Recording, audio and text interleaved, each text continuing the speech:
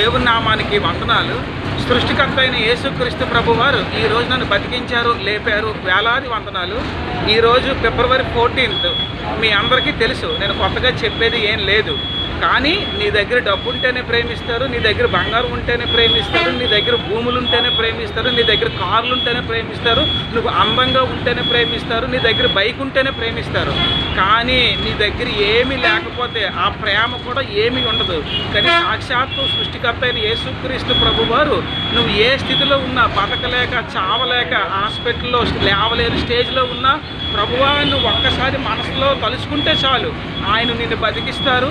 ఆయన ప్రేమ ఆకాశం అందే కానీ, భూమి కిందే కానీ, భూమి మీదనే కానీ ఆయనకు మించిన ప్రేమ ఈ 3 లోకాల్లో ఎక్కడా లేదు.